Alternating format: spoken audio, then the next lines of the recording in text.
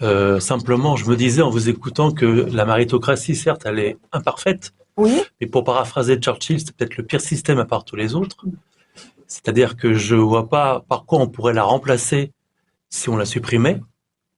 Soit on reviendrait dans le système de non, l'inégalité statutaire, non, soit on va vers l'égalitarisme soviétique dont on a non vu plus. qu'il était pas bon non plus. Mhm. Donc moi, je pense que la méritocratie atténuée par l'impôt progressif et compensée par des aides sociales, certes, ça ne remplace pas la fraternité qui est nécessaire dans une société, mais je pense que c'est un système qui est, la social-démocratie, en clair, est le système le moins mauvais par rapport à la problématique que vous évoquez. Et je vois pas d'autres systèmes possibles concrets, sachant qu'il faut bien quand même reconnaître dans les examens, les concours, les Mhm. qualités des uns et des autres. Il faut attribuer des postes. Mhm. Que donc, je vois pas trop quel est encore une fois, à partir du moment où l'impôt compense les inégalités et les aides sociales aident les plus pauvres, je pense que c'est un système qui n'est pas mauvais, même s'il n'est pas parfait. Oui, donc je comprends très bien ce que vous dites. Ça pose la question de savoir si euh, cette méritocratie doit s'appliquer seulement pour attribuer des postes par rapport à des compétences, c'est-à-dire qu'on ne va pas mettre à la tête d'une entreprise de mécanique quelqu'un qui n'y connaît rien. Mais par contre, la politique, c'est peut-être d'un autre ordre. Et pour qu'il y ait un pouvoir politique digne de ce nom, il faut peut-être se dire que c'est viser le bien commun et que le bien commun, chacun peut jouer un rôle dans cette recherche, quel que soit son rang dans la société, son niveau d'études. Si on regarde qui faisait de la résistance en France pendant la guerre, on trouve tous les milieux sociaux. On ne trouve pas les plus intelligents au sens des plus instruits, des plus intellectualisés, etc.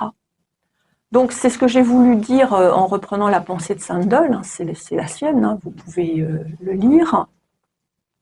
Il fait cette remarque que ça permettrait de nous rassembler et d'être un seul peuple, une seule nation, que de comprendre que chacun peut participer au pouvoir politique en étant conseiller municipal dans son village. Ça n'exige pas d'avoir fait l'école polytechnique.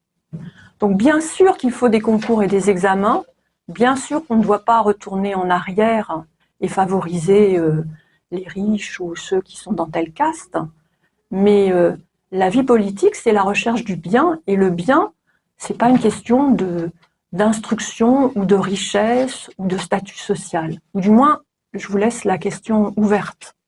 Hein. Mais l'idée de Sandel, c'est que la politique, c'est la recherche du bien commun, et que le bien, tout le monde a une conscience, tout le monde peut s'y intéresser. Et ça rassemblerait, au lieu de mettre de côté certains. Parce que le problème de la méritocratie, c'est que ça fracture. Parce que, oui, alors, oui, je parle trop. Allez-y. Je pense que la politique ne devrait pas être une chose trop sérieuse pour être confiée aux politiciens. Le problème, c'est qu'il ne faut surtout pas de politiciens pour la politique. Ça, vous avez tout à fait raison. Alors là, ça rejoint un peu ce que je disais. C'est-à-dire que la politique, ça ne devrait pas être réservé à des gens qui sont experts en économie. Non, ils ne sont pas experts du tout en économie. Je ne sais pas, mais admettons qu'ils le soient. Ils sont experts en rien du tout. Ils cherchent à faire, pour leur intérêt personnel, avoir, par exemple, on est à Paris, pour avoir de belles robes de chez Dior remboursées, c'est tout ce qu'on cherche, c'est tout ce qu'ils cherchent. Les robes, ou Oui, pour les hommes, alors, c'est autre chose. Hein. C'est la voiture avec chauffeur. Ils ne vivent que par rapport aux apparats et aux apparences. Alors, il est vrai qu'il y a des hommes politiques qui sont peu scrupuleux et qui cherchent leur propre intérêt, mais ça, dans tous les milieux sociaux. Non, c'est pas, il n'y en a pas un seul qui soit. Non, arrêtez de rigoler. Il n'y a pas un seul homme politique actuel pour défendre le bien commun et l'intérêt public. Et la chose publique. Non, je n'exagère pas, mais regardez l'Assemblée nationale actuellement, voyons. On va essayer d'être plus calme. Non, mais je suis très calme. De ne pas se mettre en colère. Non, je suis pas en colère. Et on va essayer d'entendre ce que disent les autres, parce que peut-être qu'ils ne voient pas comme vous, et il faut que vous... Oui, voyez, il y a du vrai dans ce que vous dites, mais il y a certainement du vrai. Il y a un peu de vrai. Voilà, mais il y a du vrai dans ce que disent aussi les autres. Voilà. Oui, Pascal. Oui, Dominique, vous avez prononcé la notion de bien commun. Oui. Alors, moi, je pense qu'effectivement, la méritocratie a beaucoup de défauts. On pourrait, je pense, l'améliorer. Alors, je vois un moyen assez concret, mais difficile de mettre en œuvre. C'est par un renforcement très fort de l'instruction civique. Oui. Parce que, et ça pose un problème alors. Parce que qu'est-ce qu'on met, supposons qu'on forme des jeunes qu'on les sensibilise à ce qu'est l'intérêt commun, à ce qu'est le bien commun, à ce qu'est la notion de mérite, de mérite et de don. Enfin, on pourrait travailler là-dessus.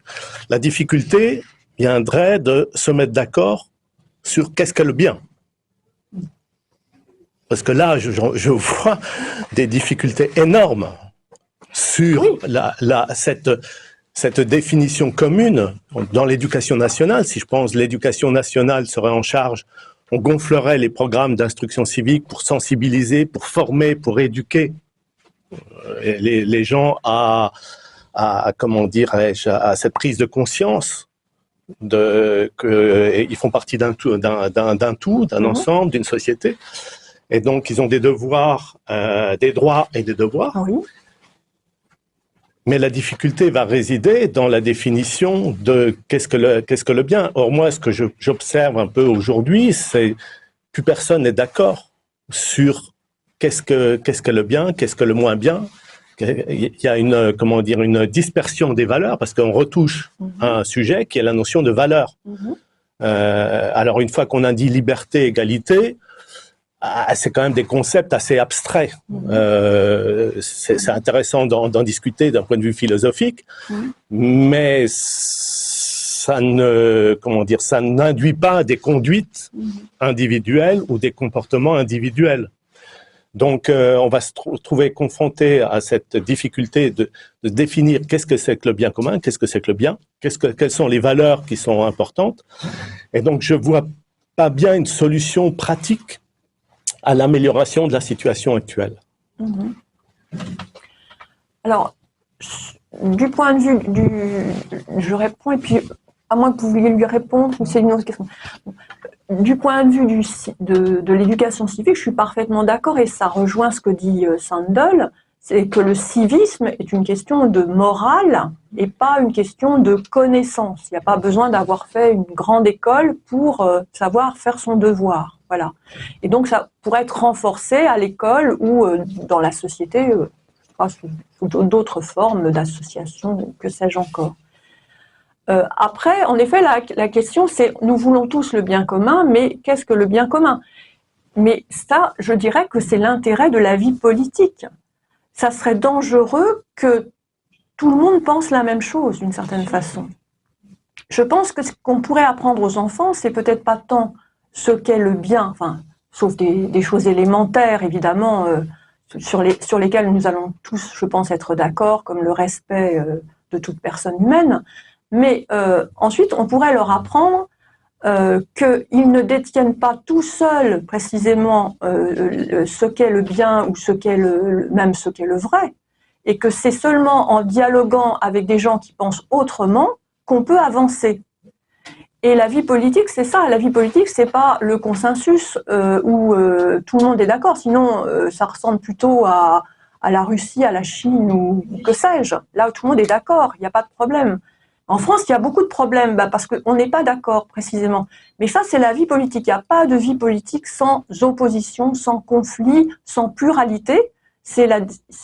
Enfin, de vie politique démocratique, j'entends. Donc, on ne pourra jamais dire voilà ce qui est bien, tout le monde vote, et voilà. Malheureusement, non.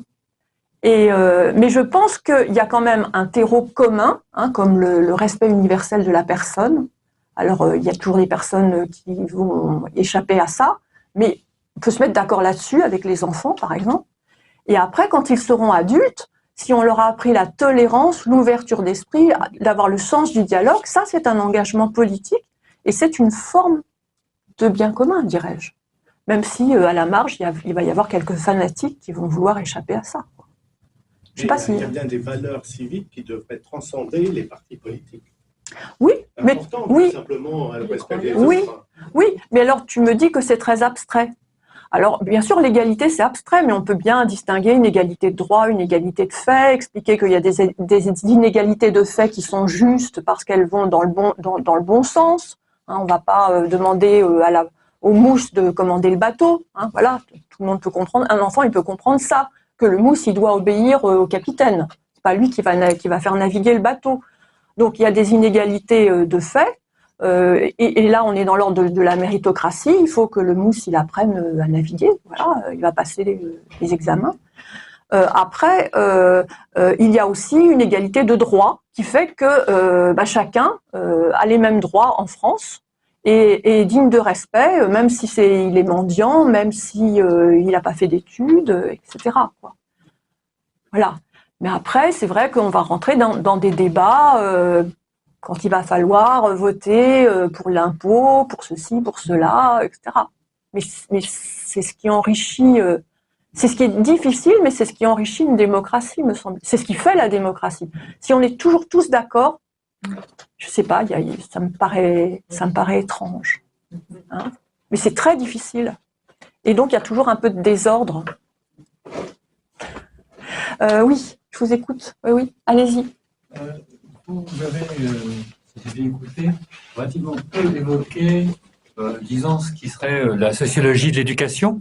Oui. L'égalité des chances au départ, qui est un thème qui est revenu ces dernières années, puisque l'insertion dans la société, c'est principalement la position socio-professionnelle, et qu'elle est déterminée plutôt par les diplômes, et donc par le système éducatif. Alors, j'en ai parlé. En fait, Sandel s'oppose autant au néolibéralisme, au libertarien, qui serait pour des écoles privées, séparées des écoles publiques, enfin, et qui accroissent les inégalités entre les enfants. Mais il est aussi contre la social-démocratie des démocrates aux États-Unis ou telle que nous l'avons en France, parce que, selon lui, on ne doit pas nécessairement exiger de chacun qu'il fasse des grandes études à l'université, parce que de toute façon, dit-il, alors moi je penserais plutôt comme lui, tout le monde n'en est pas capable. Voilà. Et d'autre part, parce qu'on peut ne pas avoir envie de faire de telles études. On peut préférer être institutrice que, je ne sais pas, on pourrait trouver... Professeur de philosophie. Oui, enfin, c'est pas gentil pour les professeurs de philosophie, mais... Oui. On a besoin d'autres métiers, des métiers qui sont moins valorisés. Bien sûr. Ils sont tout à fait nécessaires. Mais comme vous le dites vous-même, qui ne sont pas valorisés ou moins bien valorisés. C'est problème d'humiliation et de salaire. Voilà, donc l'égalité des chances, oui, pourquoi pas. Oui, il faut donner à chacun sa chance, mais pour faire aussi... pour que s'il ne veut pas faire d'études ou s'il n'a pas les capacités, il ne perde pas pour autant l'estime sociale. Et le problème, selon Sandel, des gilets jaunes ou des gens qu'on voit là à l'assaut du Capitole aux États-Unis ou de ceux qui ont voté contre le Brexit, c'est que ce sont des gens qui se sentent humiliés en permanence. Voilà. Ils sont humiliés parce que ils sentent que les autres les jugent stupides.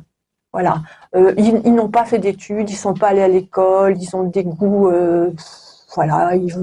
Bon, eh bien, ils sont comme ça, on les prend comme ça, mais par contre, la seule chose dont ils sont capables et qu'on doit exiger d'eux, c'est de se soucier du bien commun. Et je pense qu'ils seraient pas en désaccord, hein, et ils peuvent faire quelque chose dans leur village, etc. Mais alors après. Peut-être qu'il va y avoir en effet des discussions, mais voilà comment je pense que Sandel vous répondrait, enfin, toute humilité. Hein.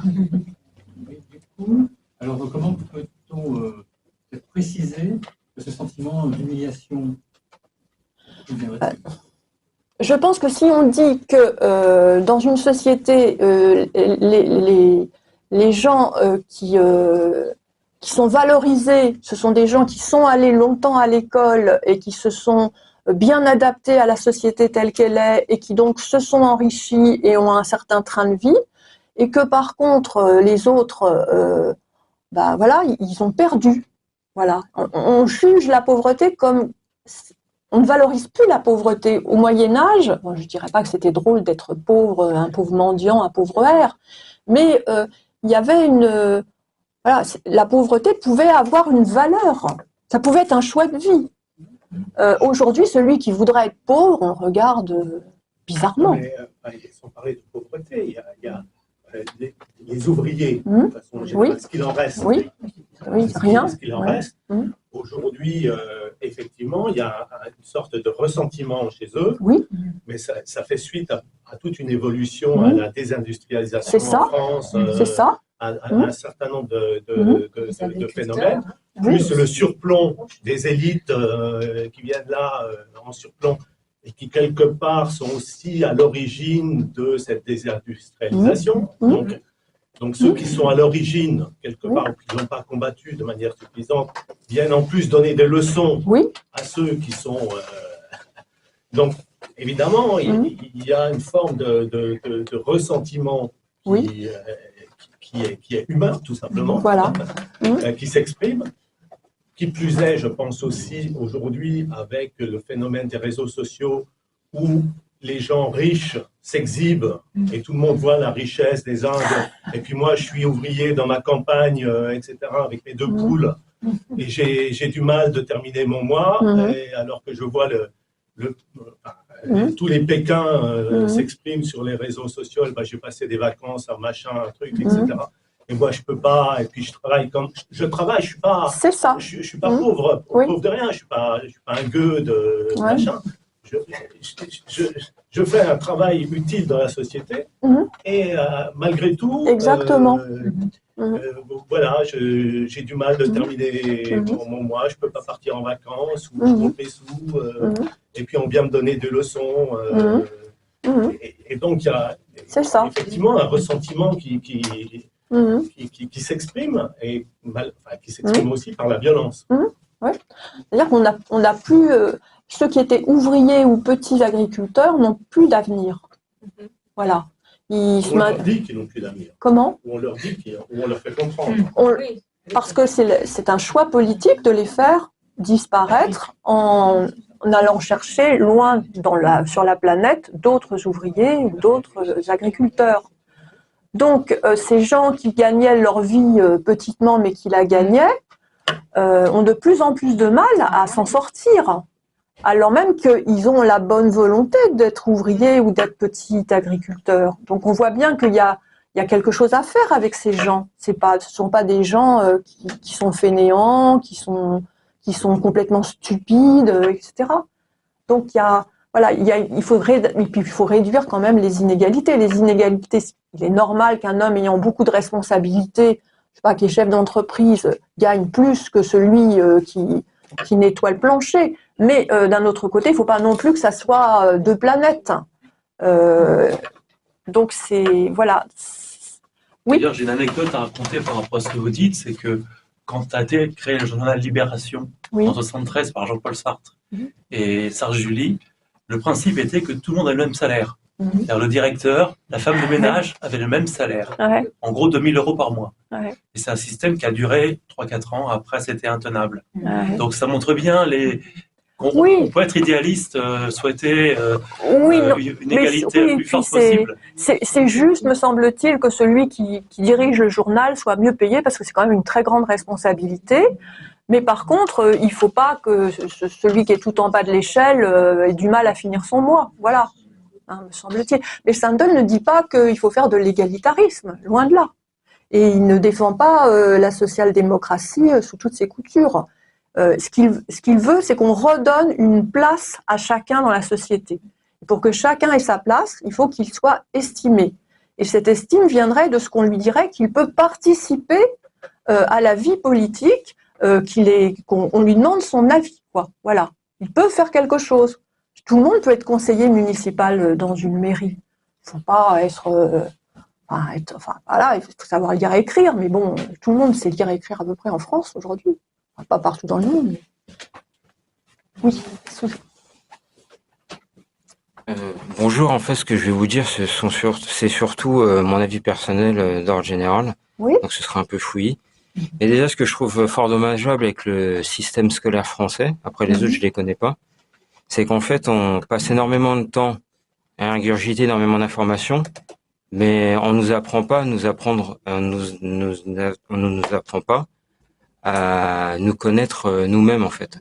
Ce qui finalement nous serait bien plus utile tout au long de notre vie. Parce que moi, le système scolaire tel que je le conçois, pour moi, c'est du matraquage et du formatage d'ordre général. Moi, c'est mon avis. Ensuite, vous aviez parlé de classe ouvrière. Et de toute façon, la classe ouvrière, elle est plus ou moins amenée à disparaître puisque vous avez des robots qui sont en train d'être développés. Notamment Hyundai, j'ai lu un article hier qui disait qu'il y a un robot qui sera sur le point d'être commercialisé. Il est capable de porter 30 kg de travail, d'être exposé des températures de moins 40 jusqu'à 30 degrés, 4 heures d'autonomie, et en plus il change sa batterie tout seul. Donc, c'est triste à dire, mais les ouvriers. Mais en fait, il y a plein. Ce dont on se rend pas compte, c'est qu'il y a énormément de choses à faire. Il y a beaucoup de gens qui sont, par exemple, le chômage. Mais par exemple, je sais pas, vous avez des retraités qui vivent seuls. Il y a des arbres à replanter, il y a des océans à dépolluer. Donc c'est pas un problème. En fait, les gens qui ont le pouvoir et qui ont l'argent, comment vous dire, comme avait dit Coluche, quand on pense qu'il suffirait d'acheter pour que ça se vende plus, ben voilà. Parce que vous voyez bien tous les modèles de smartphone, alors il y a un S en plus, un E, après les gens ils achètent. Et comment dire, en fait même ces gens-là, ce dont ils se rendent pas compte, c'est qu'arriver à un certain stade, arriver à cet échelon, eux-mêmes ils sont même esclaves. Peut-être même plus qu'un ouvrier, parce que si demain ils ont plus d'argent, ils pourront plus rien faire, ils pourront avoir tout l'argent qu'ils veulent. S'il n'y a pas de route et qu'il n'y a pas d'aéroport, ça sert à rien, quoi. Donc sur l'école, je pense qu'en effet, il ne suffit pas d'apprendre des connaissances, mais il faut apprendre à réfléchir, à se poser des questions, à s'interroger. C'est-à-dire l'école, c'est d'abord d'avoir l'esprit ouvert pour s'intéresser à tout ce qui existe par le monde, et de sorte que ça va continuer même quand on sera en dehors de l'école. On aura cette curiosité d'esprit, cette ouverture, voilà. Deuxièmement, pour ce qui est des robots qui remplacent les ouvriers, je dirais que oui, vous faites cette analyse, mais on devrait peut-être se poser la question du besoin de mettre de l'humain un peu partout et pas seulement de tout robotiser, même si c'est plus rentable. Mais voilà, ça c'est une question politique qu'il faudrait se poser. Hein. Ça a un coût. Et puis quand vous parlez de ceux qui sont esclaves de l'argent, je pense qu'en effet, celui qui est tout en haut de la hiérarchie sociale, il est valorisé, mais il faudrait qu'il se dise que c'est dans un système social quand même très dur, de lutte de chacun contre chacun, et que le jour où il va tomber, la chute va être d'autant plus grande, quoi. Hein. Donc en effet, ce système est assez impitoyable. Et on le voit dans le sport, on est au sommet de sa gloire et puis après on n'est plus rien et on fait une dépression, quoi. Donc voilà, donc c'est pas que les plus démunis qui souffrent. Tout le monde est pris au piège de cette concurrence, me semble-t-il, qui ne joue pas toujours dans le bon sens. L'émulation c'est bien, la concurrence c'est moins bon, me semble-t-il. Hein. Oui. Juste une question sur ce que vous venez de dire sur la concurrence. Après, la concurrence, au contraire, ça peut justement permettre de se dépasser. Sans concurrence, on pourrait rester un peu dans quelque chose de confortable et justement. Alors, je dis pas que la méritocratie c'est génial, etc. Mais justement, peut-être que la concurrence c'est ce qui permet le progrès. Oui, alors ça, c'est en effet l'idée de la méritocratie. Moi, je préfère parler d'émulation. Donc, c'est vrai que c'est mieux de travailler en groupe, de regarder ce que les autres font et de dire, ah bah, lui, il a réussi, pourquoi moi, je réussirais pas, etc. La concurrence a un côté plus âpre, me semble-t-il. Donc, voilà, il faut y mettre quand même des limites et la circonscrire, me semble-t-il. Oui.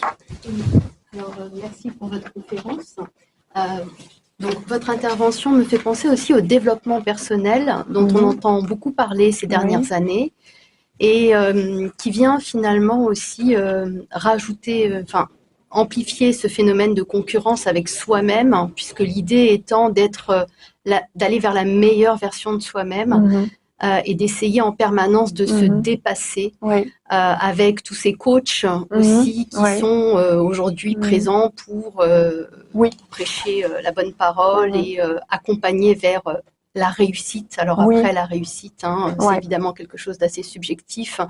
Mais voilà, donc je trouve que c'est vrai que ça va aussi dans ce sens-là et que on a du mal un petit peu à se situer dans tout ça parce que voilà, on reste curieux, on a envie d'apprendre, on a envie effectivement d'avoir un meilleur comportement, de s'impliquer, de s'engager dans nos vies personnelles, professionnelles. Et puis finalement, avec cette idée de développement personnel, il y a aussi cette pression de se dire c'est jamais assez en fait. Et donc voilà, c'est ce que ça m'évoque. Alors c'est vrai que cette notion de développement personnel, elle est quand même elle a un côté individualiste. C'est se soucier beaucoup de soi. On pourrait plutôt parler de développement social et se dire qu'on ne se développe que avec les autres, par les autres. Voilà, il y a déjà ça. Après, il y a un côté aussi technocratique dans le développement personnel parce que c'est l'idée qu'il y a des techniques pour être heureux, il y a des techniques pour être amoureux. Et ça, c'est pas vrai. Je pense que tout ce qu'il y a de plus important dans une vie, c'est pas une question de technique. Et je pense aussi que très humblement, il faut se dire que on ne peut pas échapper à la mort. On a des épreuves dans la vie et aucun développement personnel ne nous fera passer à côté. Donc je pense que c'est quelque chose de très individualiste, d'assez technocratique et qui est, le reflet de notre société, mais que c'est peut-être pas la clé du bonheur, si clé il y a. Est-ce qu'il y a d'autres questions, des objections? Oui. Une question à laquelle vous avez déjà répondu, mais enfin, est-ce que vous n'avez pas un peu trop chargé la social-démocratie? Parce que finalement, bien sûr, elle est pleine de défauts, mais enfin, si on a le choix, elle permet quand même d'échapper au pire provisoirement. Oui, alors c'est vrai que je préfère la social-démocratie et je me sens plus proche du Parti démocrate que du Parti républicain américain, par exemple. Mais elle ne résout pas tous les problèmes et on voit que quand même, elle a contribué à ce délitement des milieux populaires qui sont partis dans les extrêmes et ou qui se désintéressent totalement de la vie politique en se disant que de toute façon c'est pas pour eux.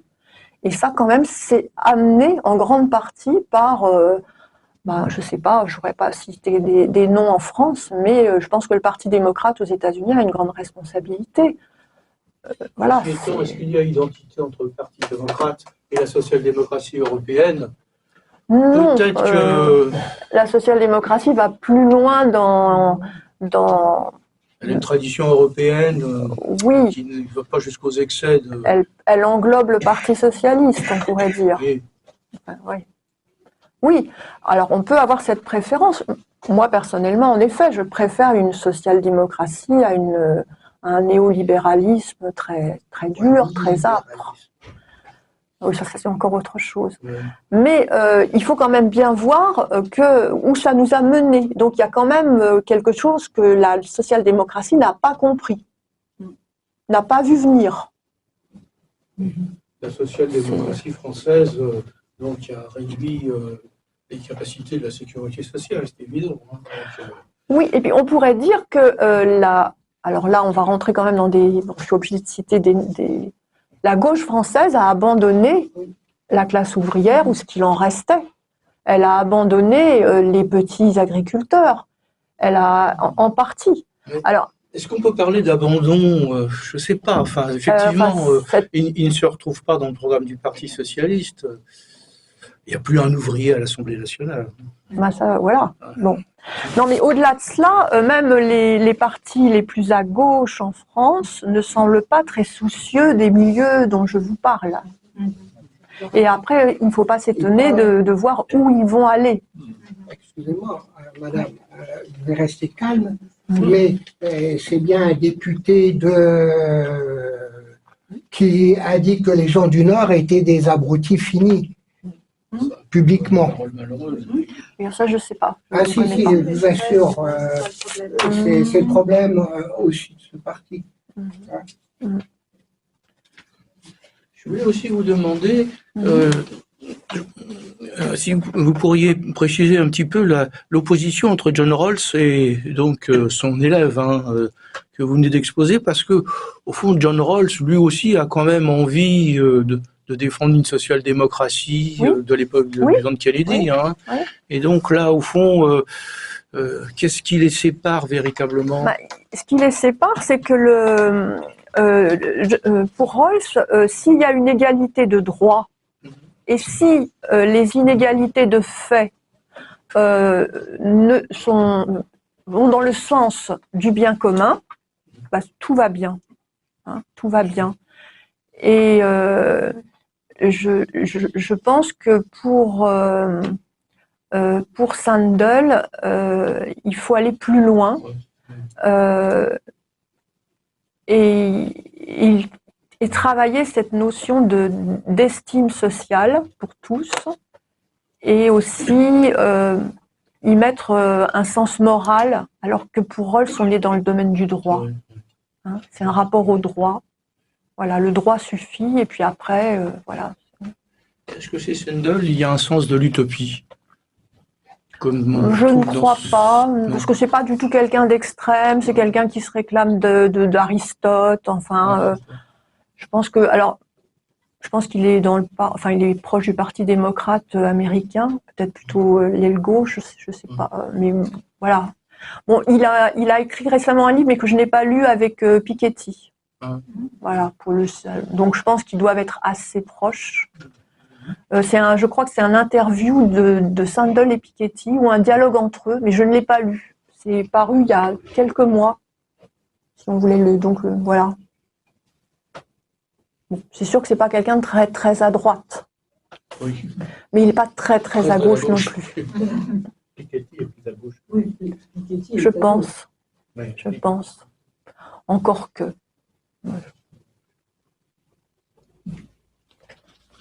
Est-ce qu'il y a d'autres questions, des objections, des remarques? Bon, écoutez, je vous souhaite un bon week-end. Merci pour votre présence.